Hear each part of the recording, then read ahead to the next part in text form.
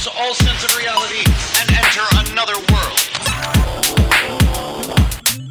Remember, do not underestimate the power of PlayStation. Beyond. What's up, everybody? Welcome to Podcast Beyond, episode 364. I am one of your hosts, Greg Miller, alongside he only does everything, Colin Moriarty. Good to see you. Good to see you. It's been too long. I know. I haven't seen you in a while. You're wearing the shirt I like so much. I came out of my bedroom today to get ready to go to work. Yeah. Colin's sitting on the couch, and I saw his back. I was like, "You're wearing the shirt I like." What is it about that shirt that draws your eye? It's just good. It's got good color. These are not Colin I have colors. a little stain on the shirt. Well, that's really? all of your clothes. I don't think there's any. What's the code. stain from? I don't know. You know what? It looks like some of the little fabrics that got stuck to your shirt. So that's not really a stain. looks like That's toothpaste. just fabric. It's not toothpaste because I brush my teeth in the shower. Okay. You brush your teeth in the shower? Yeah. Do you make salad in the shower like Kramer? No, I wish I did, but Does the toothpaste live in the shower? No. So I brush my teeth, at night, over the sink, unless I take a shower, in which I do it in there. I love brushing my teeth in the shower. It's a Moriarty family tradition. Everyone does it. Family Do you guys do it together, or tradition. Sometimes we take showers together. Yes. Do you take showers? Really? Oh, no, we don't take showers together. That would be a little weird. But no, my dad, I think, has been doing it like most of his life, and then my sister started, doing it. And then you see like toothbrushes like left in the bathtub when you're a kid, and you're like, oh, that sounds interesting. Mm-hmm. And then you do it, and you realize it's actually like a great way to brush your teeth. Yeah. Well, it's not any more gross than anything else that happens in the bathroom in general. I mean, really, like when I lived in Japan and they put the toilet in its own little room, like separate from everything else, separate from the sink, separate from the shower. It's such a good idea because you think about what happens every time you flush that thing. Yeah, you shut it, but then. These things should not be in the same room. Right. It's really disgusting. Unprotected. All of Western civilization is doing it wrong. Right. Yeah. But we're living still. We're surviving. Our immune systems It's are up all there. pipes. It's all pipes.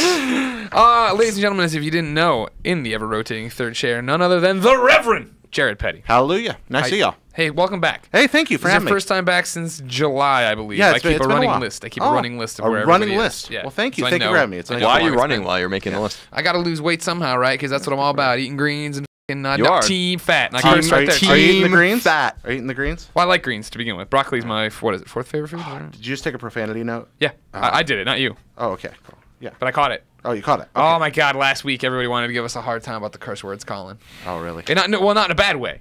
People were excited the curse words were back, but it really was that I was running on a tight schedule. I had to get home, do another show, and so we're here. We're running through it. I import the audio. I bleep out the curse words. Then I noticed there's a hum behind the audio off of the camera. So I'm like, good thing I always have the backup going. I went and got the backup file, threw it in there, forgot to bleep that, put that live. That then set me back because we were going to New York Comic Con. That I had to go through and then find all the curse words in the video version to put the video version up. That didn't happen until yesterday when I landed, came back to home. I finally had time, came back home, edited out the curse words, put it up. People email me back, say, hey, you screwed up the name bars. So then I got to reprocess the video, which takes an hour and a half, then try to re-upload it. IGN loses it when I This episode 363 was a nightmare. It was the cursed episode of Podcast Beyond. Altogether, how much from a time, production standpoint? Has someone has a voodoo shaman laid a curse on you? Perhaps? Have you offended? I don't know. It must have been like when Clements left. Instead of cursing me thinner, he was like 360. Was Clements just made? Oh, not thinner though. No, not thinner. Well, that would be a good curse. No, it isn't. Not for you. I mean, no, team no, fat. no. I got T-shirts to sell. I did not mean that cruelly at all. But I'm losing weight, and so you are. Yeah. You're no longer eating the nacho cheese diet. I am not. I have lost 35 pounds. Good for you. That's fantastic. Quitter. Working on it. You quitter. What are you trying to get down to? My ultimate goal is to hit 225, then muscle up a little bit, and then drop down to about 200. So 225 is my first goal. Where are you now? Right now I'm at about 249. Okay. And I started at 283. So I guess wow! Wow! So, when you say that, that sounds crazy. Yeah, so I got a long way to go. It's hard. Losing weight's hard. It's a low calorie diet. It's nothing crazy, no gimmicks at all. I'm calorie counting and avoiding processed sugar, and that's it. And I'm exercising regularly. And what do you know? If you don't put a lot of calories in your body and you exercise, you lose weight. Calories in, calories out. Yeah, so that's how it works. That's what they say. That's what they say. Greg, let me hit you with something real quick. Lay it on me. I haven't told anyone about this. This is a strange conundrum I've encountered. Podcast Beyond exclusive. Dun, dun, dun. I am, for a long time, and I can't explain why, and everyone I think knows that's been listening to this show for a long time, certainly in the office, I play my games inverted. Specifically, I play them inverted, the y-axis. You're wrong. You like to be wrong. So down is up, up is down. And all that. Okay, sure. And I didn't play Flight Sims as a kid or anything like that, so I didn't touch your controls. You like how I immediately I checked in? Minecraft's out in Vita. Everybody stop what you're doing. Quit your jobs. So I started, this has always been natural to me. I can't play the games any other way, right? Okay, sure. Stick in the back of the head, press down to look up. Yeah. Right? That's how I look at it. Then I played Destiny. And something weird happened. It clicked. I couldn't play it either way. Oh, like I was like, what? Yeah, so like that may just be destiny, Colin. No, because it really, I thought it was too. Maybe I'm like, maybe something's wrong. Like this game, like the y-axis runs into the x-axis at a certain point on the analog stick in the 360-degree circle. That's making it weird. Like I couldn't find a comfortable way. I kept switching back and forth like every 5 minutes. Like I can't play. That's odd. It's real. Like something like went off my brain, and I actually started playing it uninverted. Okay. And like found a comfortable space. I'm not playing it as well as I usually play a shooter, but like something's weird where I'm like, I can't play the game inverted anymore. And then I played Borderlands 2 on Vita, which is a mess. Sorry, I cursed. No, good. And I played it for like 5, 6, 7, 8 hours, whatever it was, and I couldn't play that inverted either. You're growing up. Could you play it? Could you play it the other way? Yeah, but it doesn't feel natural. Like every so often, like I'm like I keep switching back and forth. Like something's going on in my head where I can't play the game like. I'm like thinking about it too much. I don't know if this has happened to anyone out there before, but I've played like an extraordinary amount of games, like and always invert the camera and always invert the movement in the y-axis, and now like something's like super screwed up in my head, like where neither feels right. This happened to me. Midlife, I was an inverted axis guy. I was an old flight sim guy, and I played inverted axis, mostly mouse and keyboard because I'm a WASD snob. And then I bought a retro copy of Alien vs. Predator on Steam. The FPS, the PC one. And I started playing it. I hadn't played an FPS in a couple of months. And something had switched in my brain. And now I don't play inverted anymore. And it doesn't work. I can't go back. I play games that I used to play uninverted. I have no idea why. Yes. I have no rationale for this. I really believe that something fundamentally broke within me. And that's changed. That's the way I feel too. And that's what's so scary about it. I really, when I was playing Destiny, I'm like, what the hell's going on? I'm broken. Like I'm like, I don't know how to play anymore. Yeah. Like that was like what literally happened. I'm like, neither of these, and that's the same thing. It's not that necessarily uninverting Y feels right. It's that neither of them feel right anymore. I'm like, I don't know what the hell's going on. Sometimes I'll run around for a few minutes and be fine, and then suddenly I'll be looking at the floor of the ceiling, and I'm like, well, this is very weird. Do you know what a TIA is, Colin? A TIA, yeah, it's like a mini stroke. Maybe that was it. Maybe I had maybe a tiny not part to of give your you brain anything died. else to Once we hit about 26 years old, our brains start to die. Maybe your brain is beginning to die, and that part that controlled that part, like it just other parts of my went away. body are dying. So why not? Yeah, why not the rest? My colon's dead, so yeah, absolutely. It smells like it. Oh, sure does. See what I did there? Because butt smell. Yeah, they do. They do. They have a fragrance. And it ain't potpourri. That's it. Anyway, I just wanted to share that because that was a very disturbing moment in my gaming life, actually. And I'm not over it yet. And I have the evil within now that I want to play, and I'm going to have the same problem. I'm going to be like, I don't know. Maybe it'll feel natural there. Maybe I don't it'll know. like the old I was playing ways. Minecraft, so let me see. Let me see Minecraft real quick. Sure. So I immediately this feels okay. He's playing Minecraft. This feels okay, but he's got a rose in his hand. But let me. Are you gonna invert him?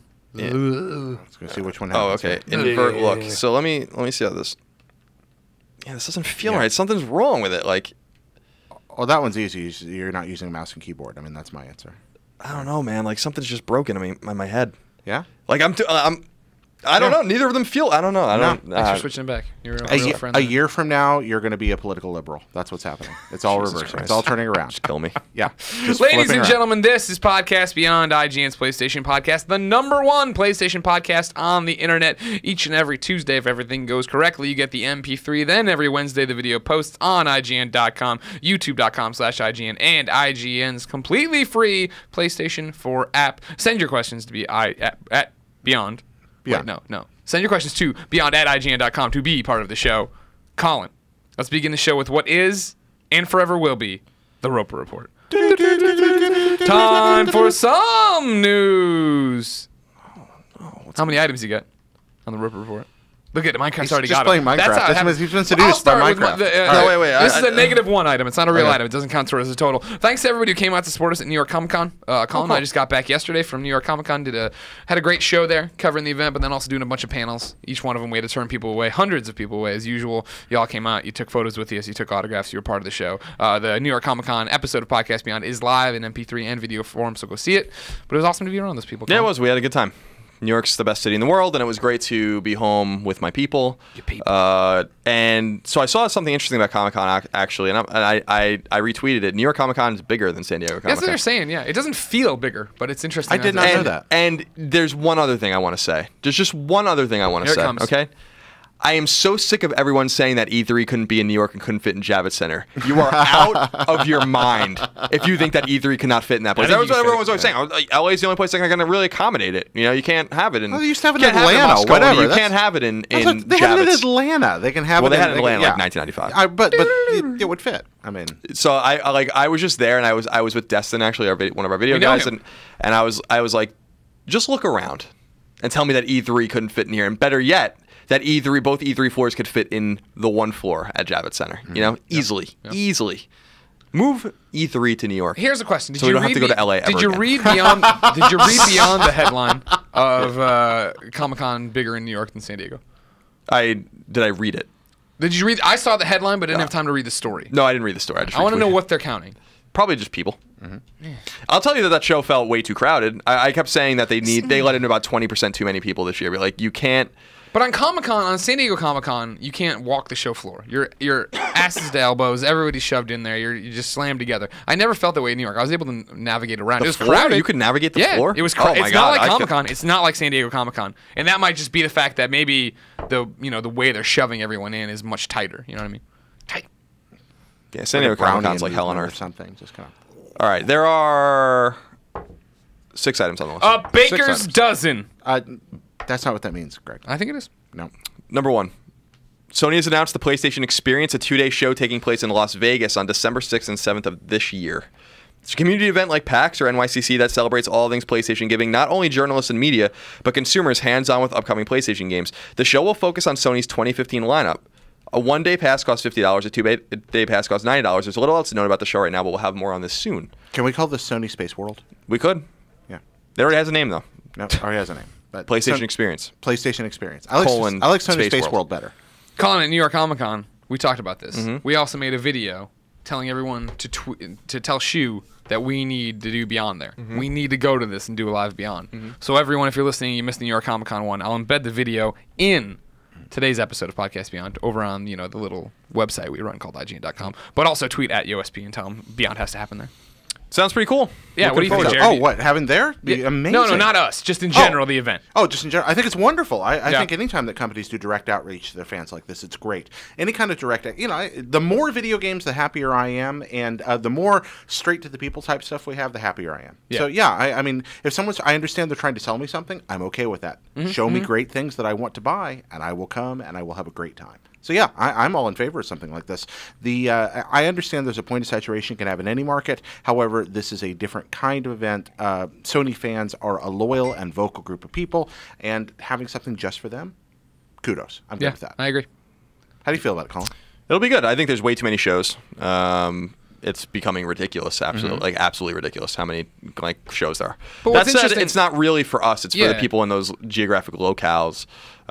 So we can't really look at it from our point of view. What's cool about it, right, is you have all the different PAXs, but you go to PAX and maybe you're a huge PlayStation fan, but you're in line next to a huge Nintendo fan or whatever, right? You get to see people at panels, but then you all disperse to go do different things. This is a concentrated group of everyone who loves PlayStation All-Stars Battle Royale. Yeah. That's basically it. Yeah, and I understand that to a point, having a factionalism can be a negative thing. We've seen that played out on our site in a lot of ways, and silly screaming, yelling, console war type crap. But there's also a nice part of being a partisan, and it's nice to see an opportunity for that promotes positivity like this. Agreed. Number 2. Sony's revealed the best-selling games on PS4, PS3, and Vita for the month of September 2014. On PS4, the top 5 best-selling games were Destiny, Minecraft, FIFA 15, Middle-earth: Shadow of Mordor, and Infamous: First Light. Destiny beat Minecraft, huh? Yep. Great. On PS3, the top 5 best-selling games were Destiny, Minecraft, Grand Theft Auto 5, FIFA 15, and Need for Speed Most Wanted, which I assume was on sale. And on Vita, the top 5 best-selling games were, and a lot of people are going to be really happy about this because you're probably going to get the sequel that was just announced, Sword Art Online: Hollow Fragment was the best-selling game on Vita in September. Don't Starve, Need for Speed Most Wanted, which again was probably on sale. Danganronpa 2, Goodbye Despair, and Warriors Orochi 3 Ultimate. And by the way, you can talk about that briefly. I'm going to go get something I forgot. Okay. All right, off he goes. I wonder what he's forgot.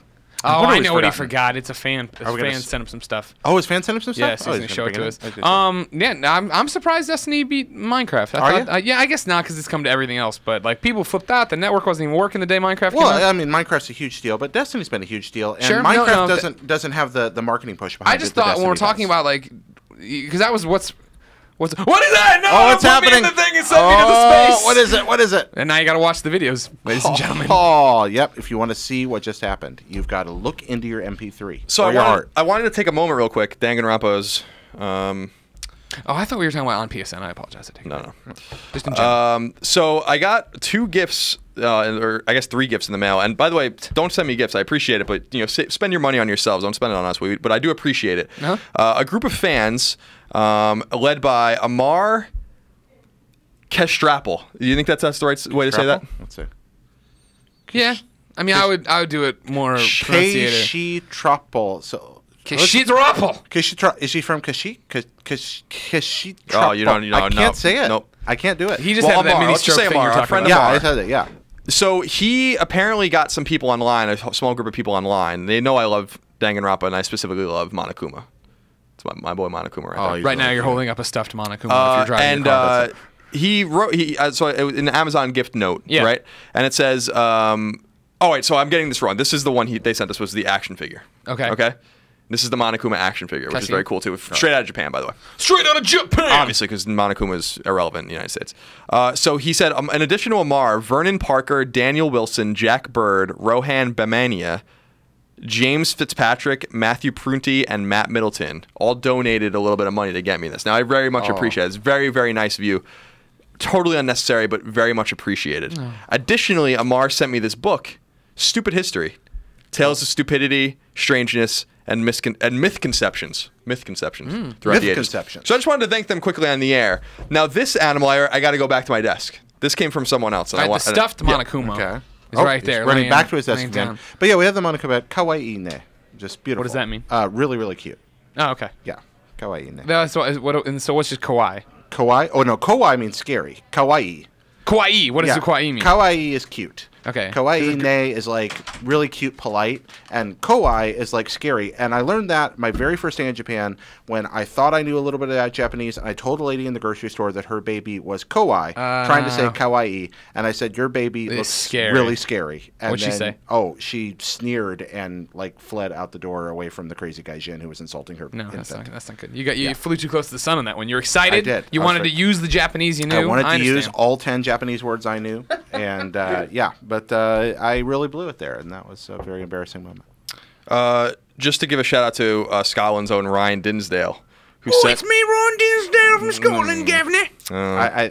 I think that's more like a South England Cockney there. Yeah. He sent me this stuffed animal Monokuma. So Amar and friends and Ryan Dinsdale, thank you for doing all that. Totally unnecessary. What's ironic is that these were for my 30th birthday. Aww. So I'm 30 years old and I got me a stuffed animal Monokuma. I was gonna spring it on you. Today's your 30th birthday. Yep. Well, yeah, right now. That's the answer, man. That's why these sticks are getting flipped. You're getting old and your brain's dying. Yep. Here's the question I have though. These two, Amar and then the gentleman from Scotland, these are just gifts that came.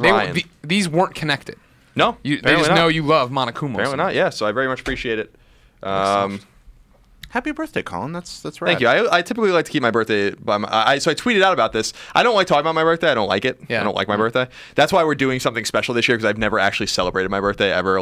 Never? Like not even as a child? So when I was a kid, and then when I was 21, and that's it. Okay. So like when I'm maybe up to 10. Okay. And then like 11, you're like, no more? With my family, but so Greg and I and a few of our friends, our friend Eric Castro from Polite Provisions, and my girlfriend and some of our other buddies, Charles, who used to work here, Ramon, my best friend from home, etc. We're all going to Kentucky in November. I rented a house there.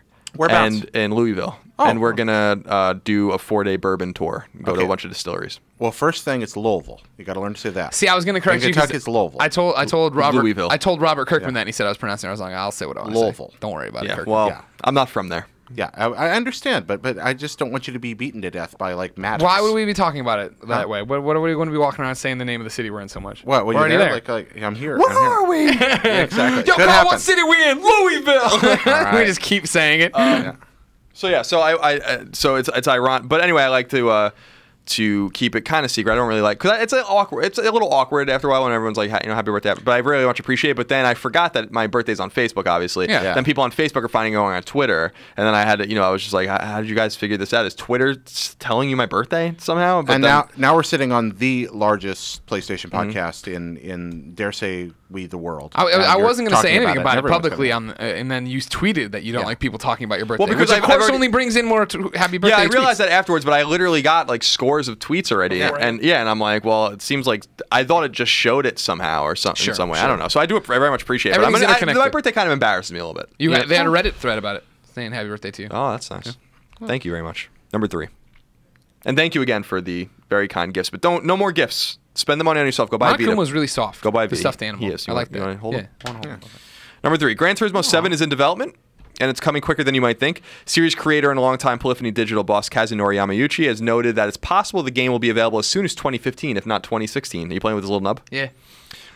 And that developing it on PS4 is making the process easier than it was for GT6 on PS3. He said, quote, everything will be running naturally. PS3 was much, much more difficult. The high quality of data that we have been rendered on PS4, I think, is going to make an incredible difference, end quote.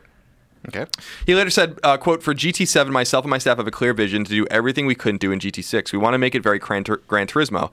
By that, I mean it's going to be a game that matches the very era that we live in 2015 or 2016. So smart cars. Yep, smart cars. A game that matches the very era that we live in. That's a wonderfully ambiguous quote. Yeah, it is. Yeah, that's great. What could that mean? I think he's saying that Gran Turismo has always been about modernity.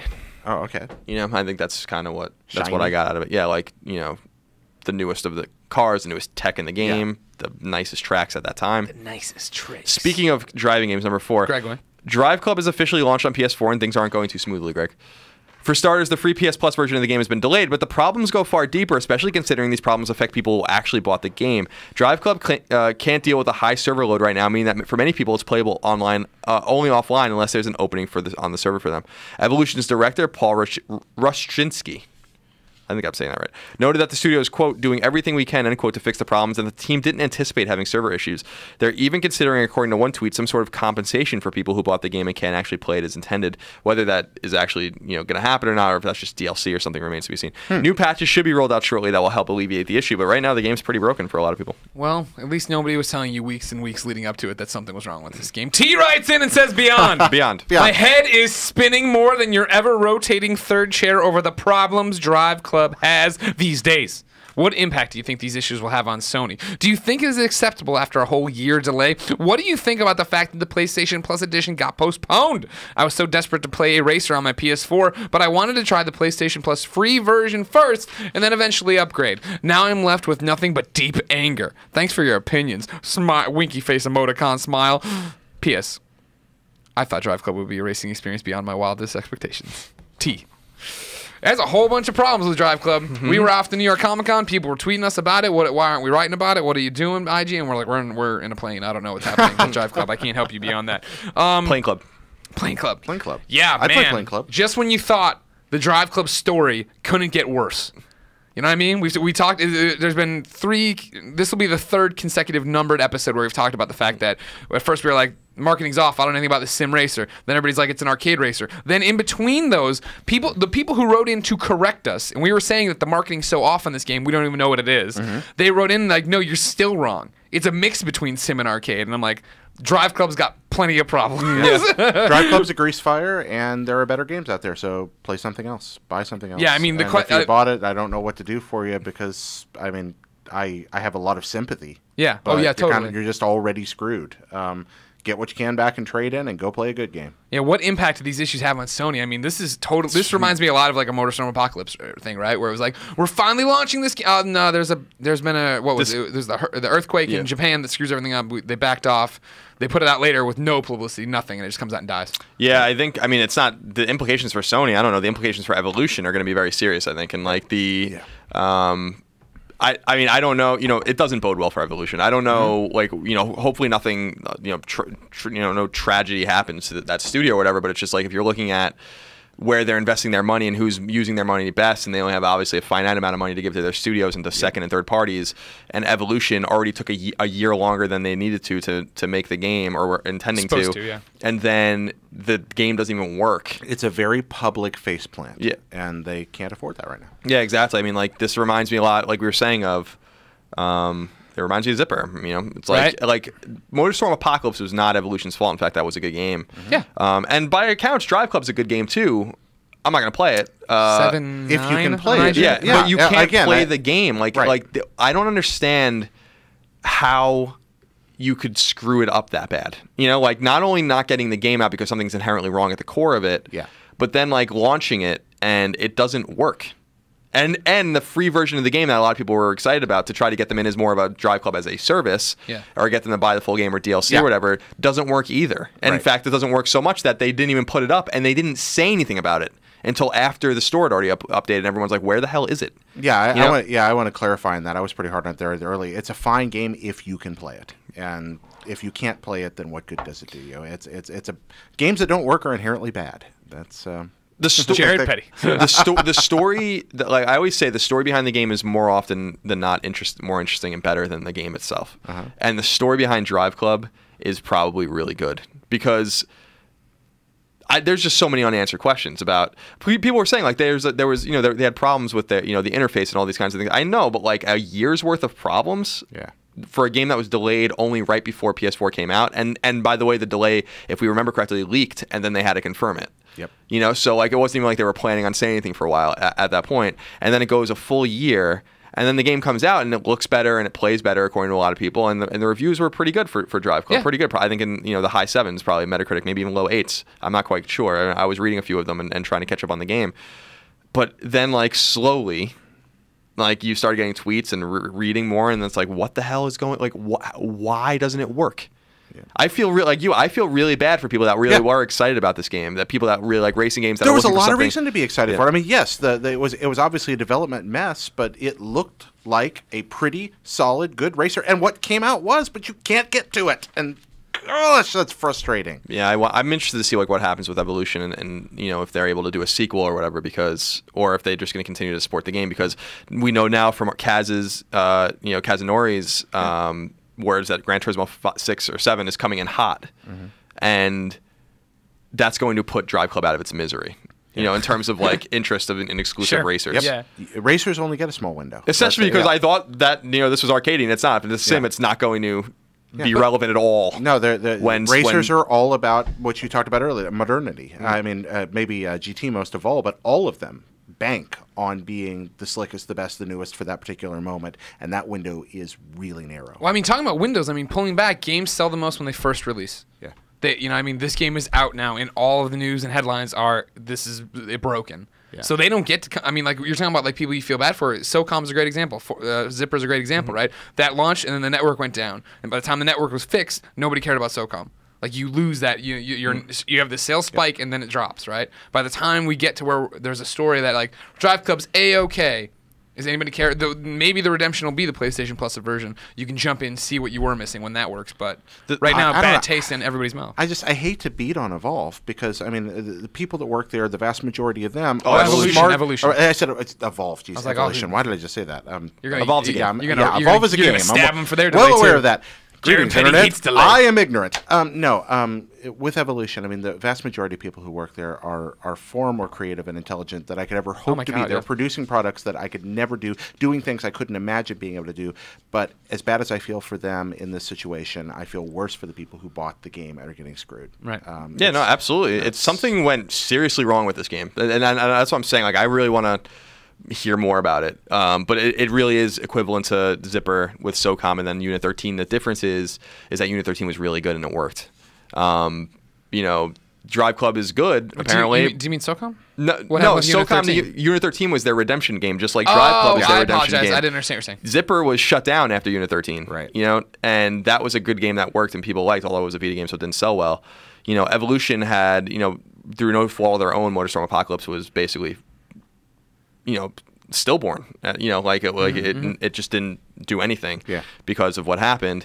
And now they got they had their second chance, much deserved second chance with Driveclub. And I just hope that they're able to rectify the problem for the people that bought the game and able to kind of sustain the studio moving forward in an environment where people are not going to trust them and where Gran Turismo is going to be breathing down their neck. Yeah. And if they, Driveclub does really well, it rebounds, it does really well, it sells millions of copies, and they announced Driveclub 2 in late 2015, early 2016. Well, at that point, everyone's gonna be like, well, Gran Turismo 7's almost here. Yeah. So you can tell that the timing of this game was meant for the original release date, and now the whole window is truncated on this game burning. As the immortal Marshall Mathers reminded us, you only get one shot. Yeah, he did say that. Yeah. Do not miss your chance to blow. Yep, totally. Number 5. Destiny is very, very popular, Greg. Bungie's revealed that Destiny averages 3.2 million players per day across all platforms the game's available on, and the average Destiny gamer plays it 1.8 times a day, clocking around 3 hours. The average player has played the game 20.9 times so far, which is 18.9 times more than I've played it. Thank you.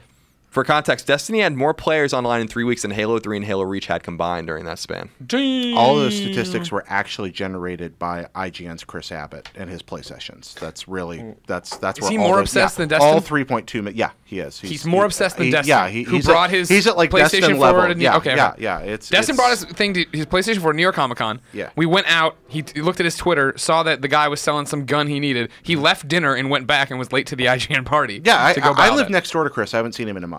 I mean, I can't. He plays Destiny. Katie, V, Destin pop on there, and that's what they do. That's life. They love those big, open, boring shooters. I don't understand either. I've played a lot of Destiny, and I was done 15 hours in. I enjoyed it, and I was done. And I tried to get pulled into the post game on that, but a lot of people are enjoying it. And great, more power. You're having fun with a video game. Yay! Imagine. We don't all enjoy the same things. Woohoo! Go guys, enjoy your Destiny. Yeah, absolutely. But people do. I don't get it, but I'm very happy that so many people are getting satisfaction out of it. Yeah, me too. I had wanted to play more because I think mechanically it's very sound, very, very sound. Yeah.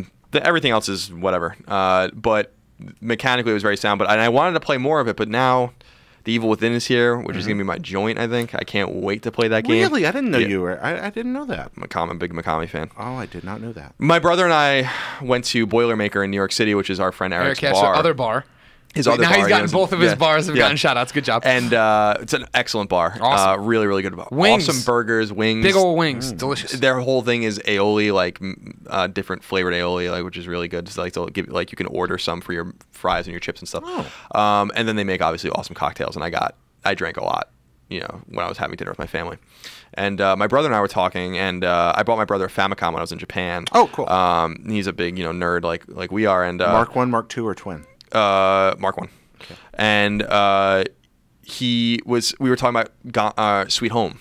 And Sweet Home is an unreleased, in the West, survival horror game before survival horror was a thing on the Famicom that inspired Mikami to make Resident Evil. Right. And Resident Evil was basically a remake of that. And I feel like The Evil Within is not a remake of the original Resident Evil, but a continuation of the spirit of Resident Evil, which is why I'm super, super, super, super excited about it. And when I played it in TGS, I was really excited about it. I was like, this game's really good. I don't understand why it's not previewing well. Yeah. And I saw the reviews this morning, and I'm like, hell yeah.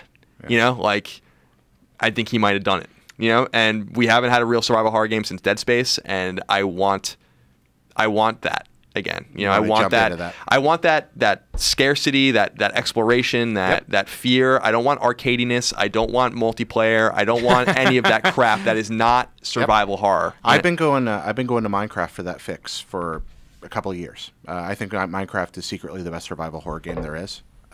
Largely because hours of quiet that lull you into something, and then suddenly spiders! It's very well done. But the problem is in Minecraft, I love it. You know that. Yeah. But I feel like in Minecraft, you turn the corner and you're too powerful too quickly. Where once you get your first suit of armor, it's like even if I get something gets the drop on me, it's like I can just back off, run away. You must be better at Minecraft than I am. Okay. I find creative ways to panic and die. Fall into lava while being chased by some horrible thing. Death's rare for me. Yeah. I'm also not as careful as you are, probably. Well, maybe some of it. Sure, I'm very, very. Are you meticulous? On point. Yeah, very much so. Yeah. If I start getting too many resources, I'll run back and put them in one of my See, I have all my chests instead, but invariably I just wander off and overextend and die horribly. Anyway, back to this awesome thing that's happening for us. The previews didn't didn't do anything for me, and now the word's out that it's good. It's a wonderful surprise, and I'm so happy about this. I hope it is. Did you ever actually play Sweet Home? No. Okay. There was I've read a lot about it because back in the day, it's probably rectified now, but when I first found out about Sweet Home, which was like in the late 90s maybe, there were no translated ROMs of that game that you could run on like Nesticle or something like that. So man, I forgot about Nesticle. I haven't thought about Nesticle forever. So that's a Windows 95 joint there. Yeah, and then SNES 9X or whatever it was called, the SNES emulator. And I had an extensive NES and SNES game collection, so I wouldn't play emulated games typically when I was a kid, unless I was kind of curious about it and I'd never heard about it. I think there was a game called like Galaxy 9000 on NES or something that I played that came out here that I never even knew what the hell that was. Okay. But there were Famicom games that I was like, I have no idea what the hell this is. I have no prayer of ever getting it, so let me try it. And Sweet Home was one of those things where I think there might be game facts, and so like, what's the point of playing it like that? What they should do, and would be really cool, is for that game to get more prevalent, where they just re-release it translated, because it's supposed to be really, really scary. I played it, and I'm gonna come down on the side of that game has not been re-released for a reason. There's a good game in Sweet Home. It's called Resident Evil, but the Sweet Home is actually quite tedious in places. It has some really good ideas. It's also really boring through a lot of it. So, but the story is that the family has a kid who falls in the furnace, right? Something like that. Okay. If I've heard the story once, I've heard it 1,000 times. I'm playing this in Japanese at that point, and my grasp of the language is imperfect, to say the least, as we learned from the ugly baby story. Right. I could be thinking of the wrong game, but I thought it was dead kid. But then the parents kill other dead kids, kill other kids. They'll kill other kids to give him company or something like that. Right? Well, that sounds awesome, but what you really end up doing is laying boards to cross thresholds a lot, and talking to people in long, overly tedious conversations where you're actually rarely in any real danger, except that frustrating, like, bad old Nintendo game danger instead of the good old Nintendo game danger, where difficulty is arbitrary and horrible, as opposed to challenge based. And there's a lot of that in Sweet Home. Yeah, I gotta figure it out, because it's a game that has a great mystique to me, and I just love the idea. It's why I love some of these more explorative games where you're exploring like buildings, like Outlast. Like Corpse Party. Corpse Party on PSP. Yeah. No, Ryan reviewed that. No, he like, that was a school, right? That You're it came super late. To school PSP. in another dimension. I don't think I even played it. Okay. It's got that kind of explory, the big haunted house. Yeah, I like that kind of stuff. That's why I like Gone Home too, even though there's like no danger in that game. I really, really love that game. I just like going into someone's space and not knowing what you're supposed to do and what's there and what you're going to find. So there's like no linearity to it at all. It's like just do whatever you want. Did you play PT? No, I've actually just been saving it because I want to play it with my girlfriend. Okay, so number 6. Number 6. This is the last one. This is just our cleanup, of course. Geometry Wars 3, which I'm excited about. Dimensions will launch on PS3 and PS4 on November 25th in North America and November 26th in Europe. Strategy RPG Hyperdimension Noir is coming exclusively to Vita and will launch in early 2015. And sad news, Greg. I'm really sad about this because this was my most anticipated game of the year. This is my most anticipated game of the year by far. Hotline Miami 2 Wrong Number has been delayed. Initially due out in the fall of 2014, the game may reach market by the end of the year, but is more likely to slip into 2015. You scared me because I thought you were going to say Freedom Wars was delayed. No, Freedom Wars is, I think, through cert. So, Doctor. So, and we'll for people that are listening to Beyond now, obviously, a week from today, or the next episode, we're gonna have episode 365. We're gonna have the game's producer in, and we're gonna talk a great deal about Freedom Wars, which is a very exciting game that I'm super stoked to play a lot of. That game, when they came in and showed it to us, we played it for about an hour, four player. Yeah. The game's a lot of fun. Yeah. And it's so deep in terms of like what you're doing. I love that you're shaving off years off your sentence. I love that you can upgrade and synthesize all your weapons and armor. I love that there's all these quests and side quests, and that you're trying to just whittle down your time so you can just leave prison and you don't really know what happens. Suicide Squad. It's very cool. Yeah, I can't wait. The problem is, this is what happened at New York Comic Con. Kids kept asking me what I'm gaming. What are you playing right now? What are you playing right now? And it's like, well, I was playing Destiny, but it's been like a week and a half since I touched that. You know what I mean? I've been traveling so much lately, right? That that's what I've been waiting for with Minecraft Vita. Yeah. Is for these plane rides and these trips. And Freedom Wars is the exact same thing. Yeah. When I want something relaxing and stupid, just jump into Minecraft, go for a little bit. When I want to get into like this really deep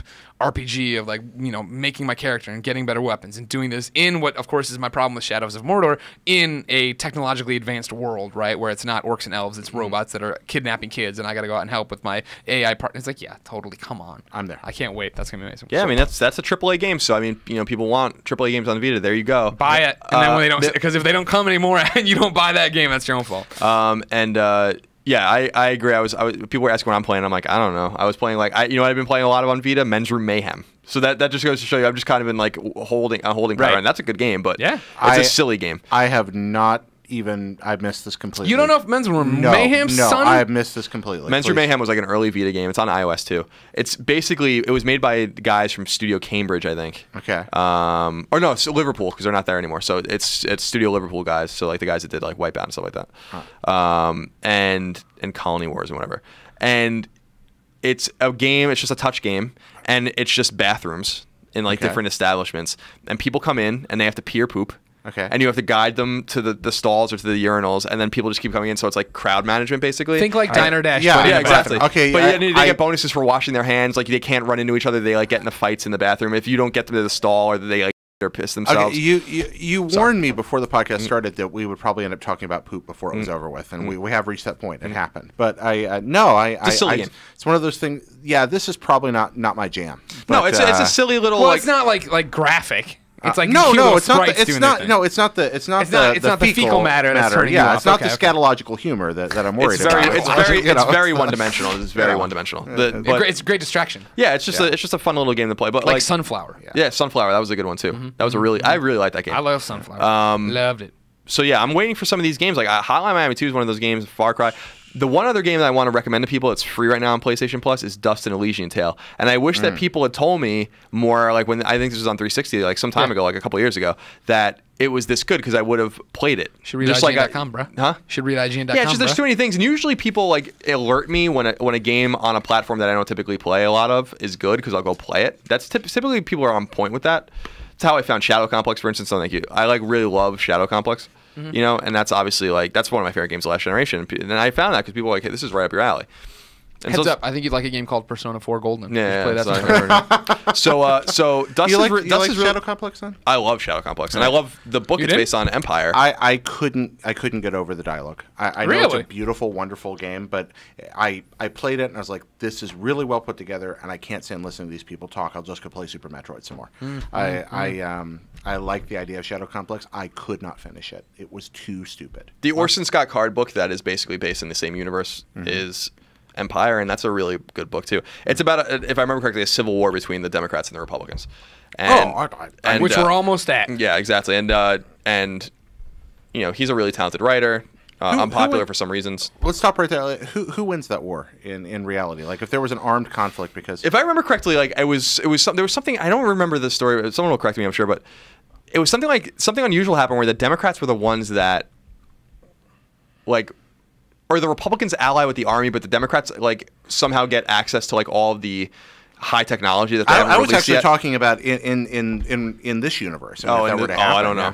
I figured the only thing more dangerous than an angry conservative is an angry liberal. Like that's where revolutions happen. It's like guys with like handkerchiefs. Huh? Handkerchiefs? Not the handkerchiefs. No. What are the turtleneck sweaters? Like angry Russian dudes in turtleneck sweaters, angry liberals. I think that's the only thing more dangerous than angry conservatives. Okay. I don't know. Maybe I'm wrong about that. I don't know. I don't know who wins. In the book, I don't even know who wins because I think Orson Scott Card wins because he gets our money. Yeah, basically. So, and I never even finished the book because I brought it to a party at David Clayman's house in like 2008, and I was reading it on the bus. Yeah. And he was like, "Don't read this," and he put it on his shelf, and I never got it back. He's like, "Read this instead," and he handed me The Road. Oh, okay. Well, and that's how I fell in love with Cormac McCarthy. Yeah. Wow. Jared. Yeah.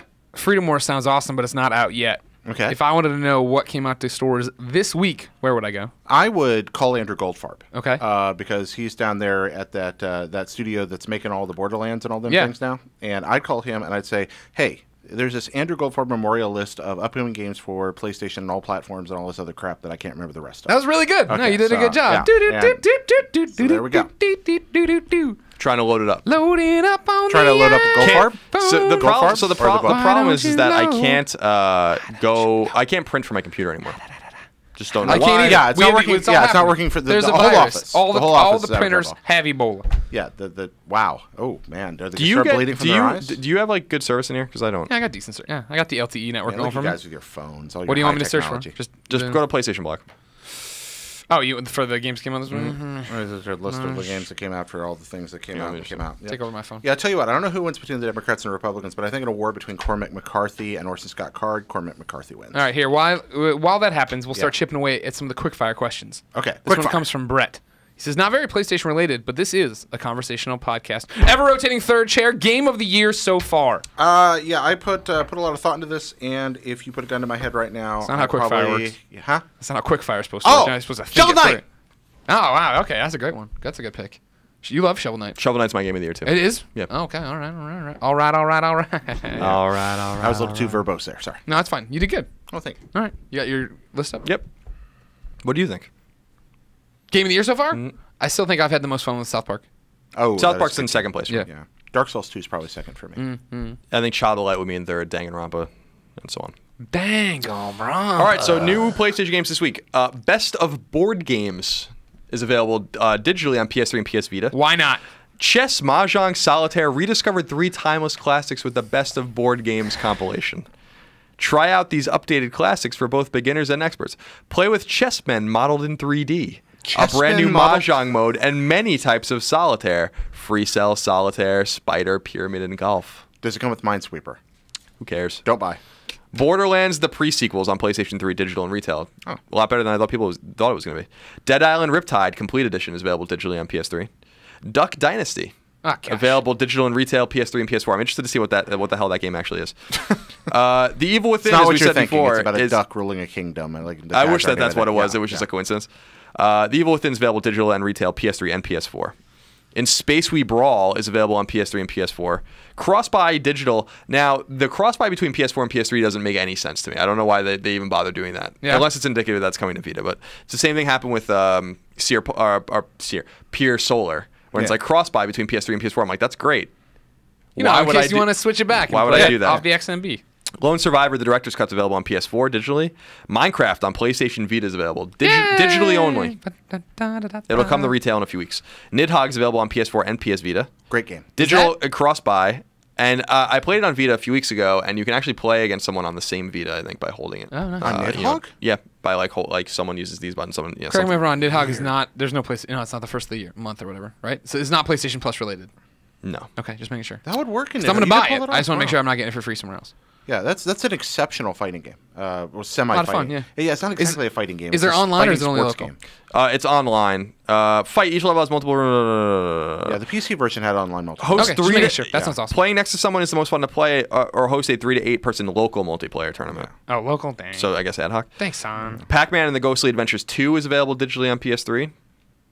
This one I'm very excited about. Peggle 2 is available on PS4. Nice.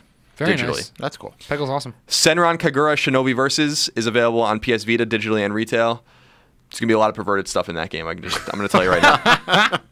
Sleeping Dogs Definitive Edition is available digital and retail on PS4. Oh, yeah. Have you seen it? Played it? Done anything with it? I did. I reviewed it. I played it on Xbox it's already One. done. I played it on Xbox One though. Looking for collectibles? Go to the IGN Wiki map. It is. I love that game. The game was awesome. I'm going to play it again. Tears to Tiara 2 Heir of the Overlords available digital and retail on PS3.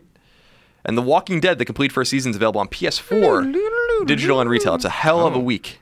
That's a huge week. Yeah. Big time week. Big week. Yeah, I mean, like just think about the big, not even like, we're making fun of, best of board games, but you have Borderlands, the pre-sequel. You have The Evil Within. Yep. You have Minecraft on Vita. Yep. You have Peggle 2. Yep. You have Sleeping Dogs. Yep.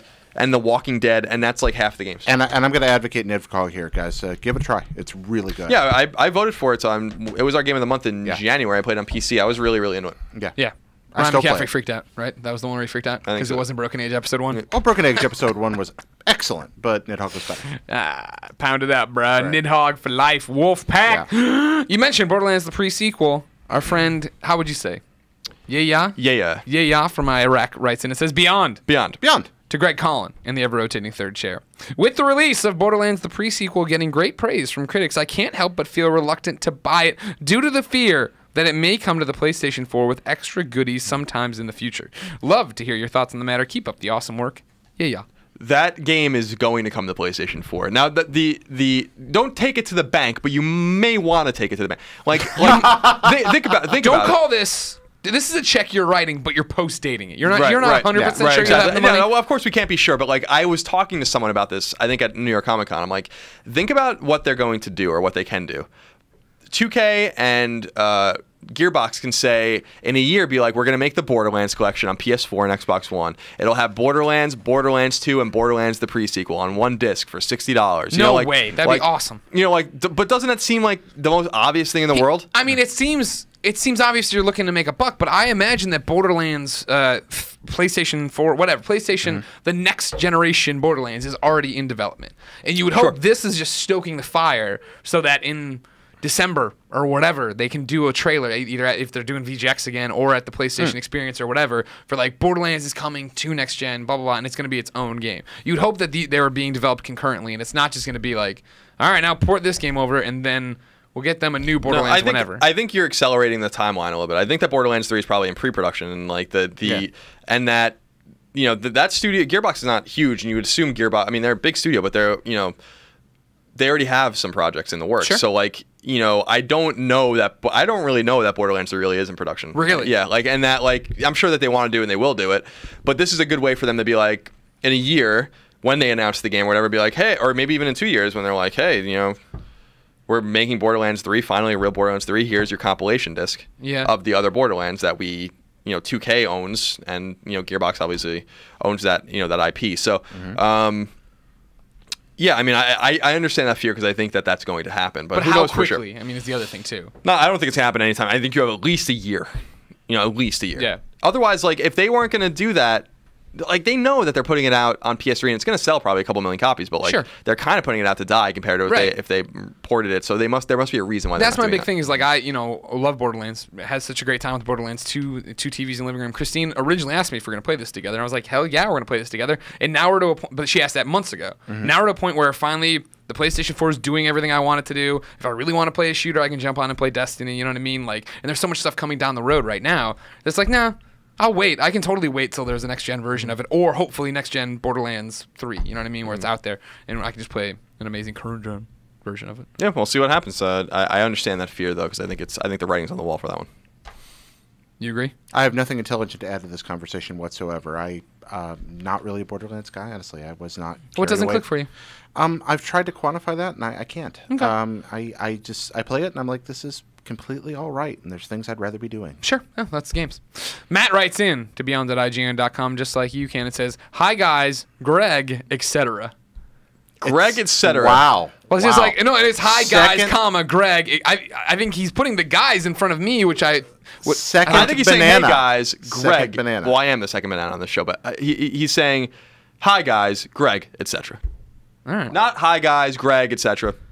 You really don't think, if you were gone, things collapse. You know this. You're the linchpin. Yeah. You're like the thermal exhaust port. Well, I don't think Podcast Beyond would be the same without Greg or without me, and obviously not both of us. Yeah. So, that's established, I think.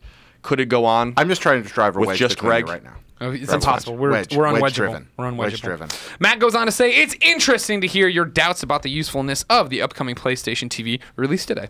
I get the point of why would you bother when you could play on your console or break out the Vita, and the PlayStation TV doesn't seem to fill any real need, but you're missing a key use.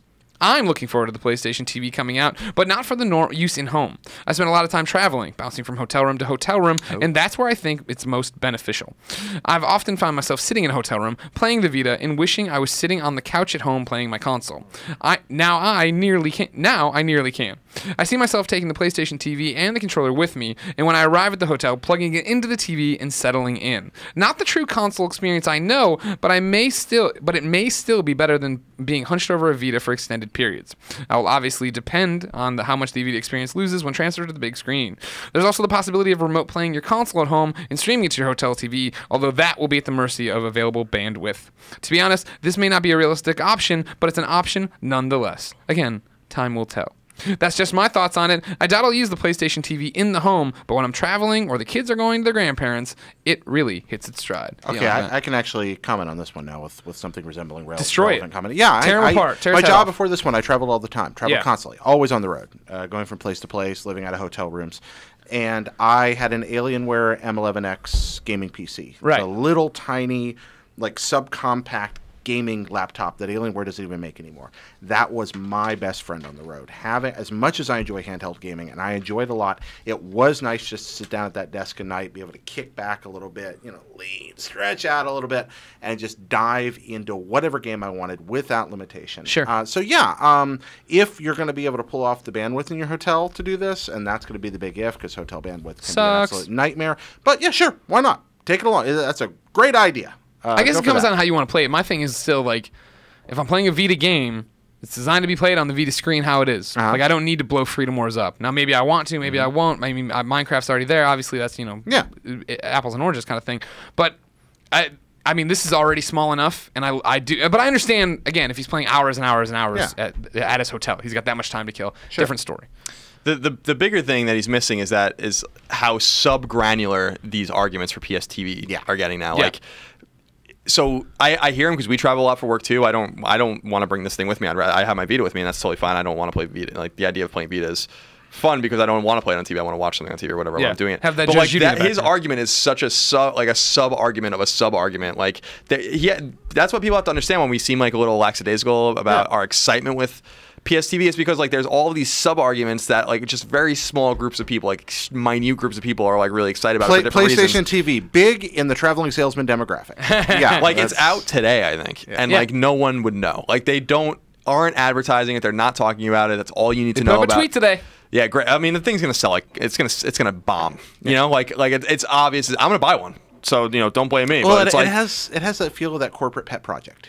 Sometimes things are released by, and I notice this especially in Japanese companies, sometimes it makes it all the way through production just because nobody knew how to say no. I kind of get that feeling about this one. I also get the feeling that they probably didn't even really intend on releasing it here, and it reeks more of having a lot of stock that you need to sell.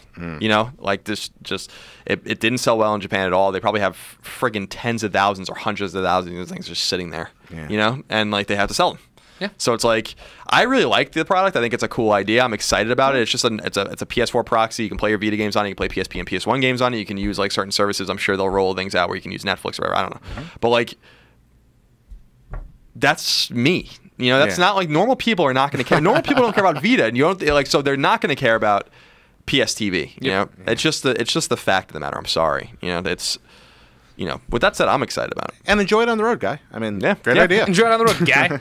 Let's get back to Brett's quickfire questions. Colin, yes. What would make you buy a Wii U? You own one, so nothing. But if for some reason we ever didn't live together, which I can't foresee anytime soon because we're both can't poor. drive a wedge. Can't drive a wedge between them. That's right. I don't know. Probably nothing. I mean, like I felt so burned on a lot of things, like a lot of the things that I think I would have been excited about in the past. That Mario doesn't really do it for me anymore, although I love Mario Galaxy and Mario Galaxy 2, so if they made something like that, that would be very, very interesting to me. Well, you say Mario doesn't do it for you anymore. I mean, those are like the two of the... Well, like, I guess it's been a while now. It's been a long time. I mean, they've rehashed, like they're, forget what I said, yeah. You didn't like 3D World? That didn't grab you?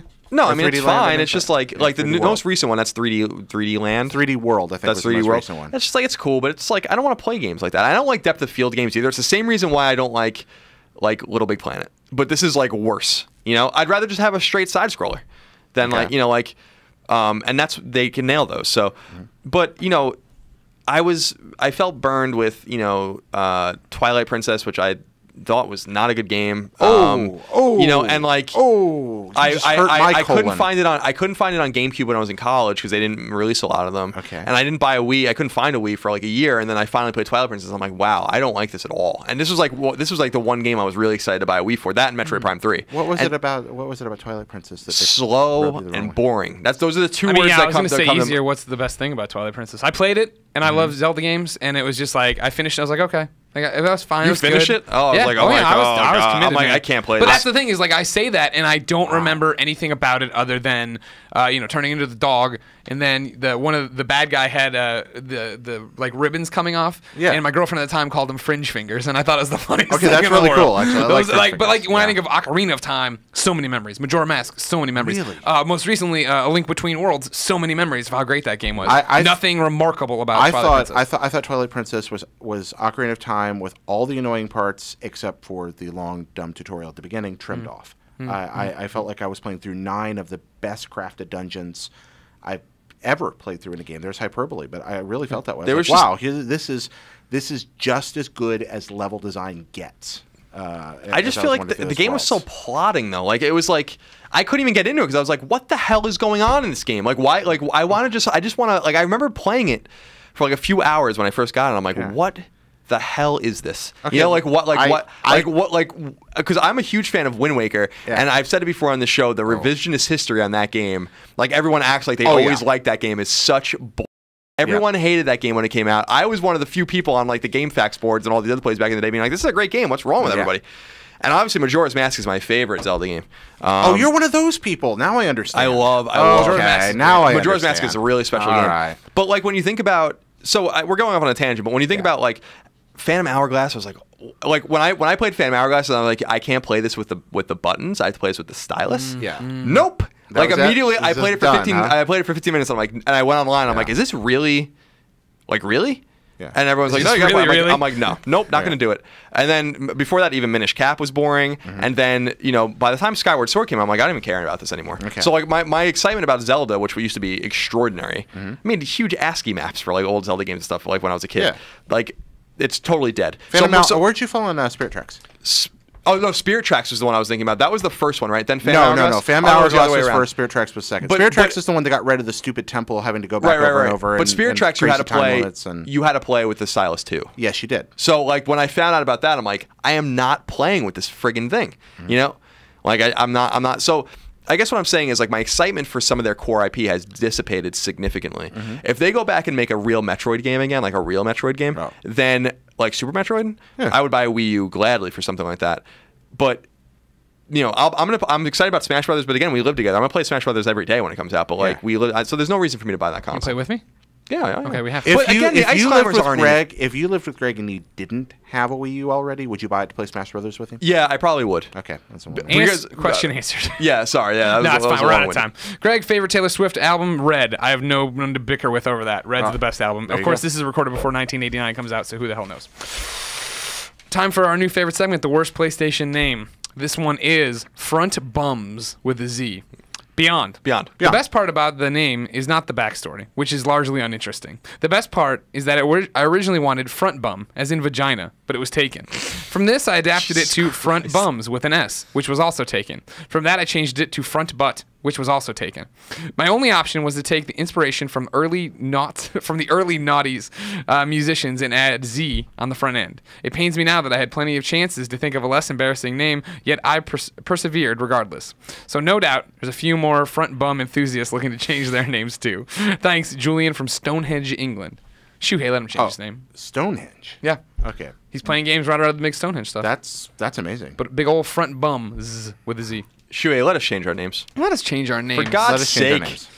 Ladies and gentlemen, that's Podcast Beyond episode 364. Thank you so much for joining us. Remember, Podcast Beyond is the internet's #1 PlayStation podcast. It posts each and every Tuesday as an MP3, each and every Wednesday as a video, as long as everything doesn't go to hell. But we've broken free of Papa Shango's curse, I believe, and we should be okay. You can get the video on ign.com, youtube.com/IGN, and the IGN PlayStation 4 app, which is completely free. If none of that gave it away, ign.com is what keeps the mics on. Go there, watch the videos, read the articles, join Prime, contribute to wikis. A lot of people did that for you. Oh, right? yeah, I thank you for bringing that up here at the end. I almost let that slip by.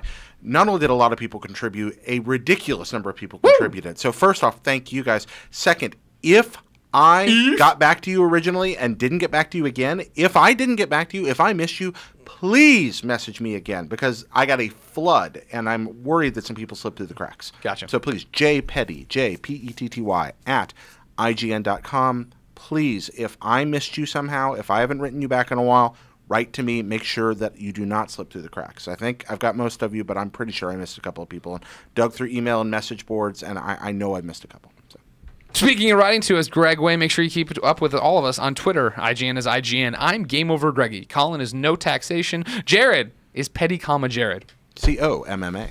Nice job. Good job. Thanks for joining us today. Thank you for having me. Always a pleasure having the Reverend. We love having you. Most people love you too. Aww, the ones that don't, they can get the hell out. A lot of folks don't like me. I'm it's the internet. I'm obnoxious and disliked. Does Mama Kuma fly like this? No. Yep. Hey, and Greg, I looked it up. I've been getting a lot of questions about This Weekend in 2. I don't know when it's coming out. Yeah, where is it? But I yell at you literally almost every day. I looked this up after the last time you yelled at me. Okay, so between the ESRB's rating of This Weekend in 1 and its release in the U.S., a year passed. Jeez. Well, I guess we're getting close now. We got to be, 6 months already? Yeah, we're like 6 months in. So that doesn't mean anything at all. Yeah. But I'm going to lean on it to say my point. Users lose all sense of reality and enter another world. Remember, do not underestimate the power of PlayStation. Your song to beyond.ign.com. Your little ditty? Yeah, your little ditty. That's a good one.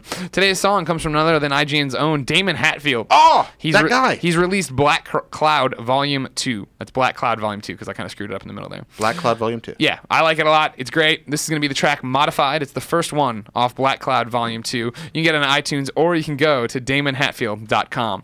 For the record right now, Colin is going and pushing Monokuma into the frame.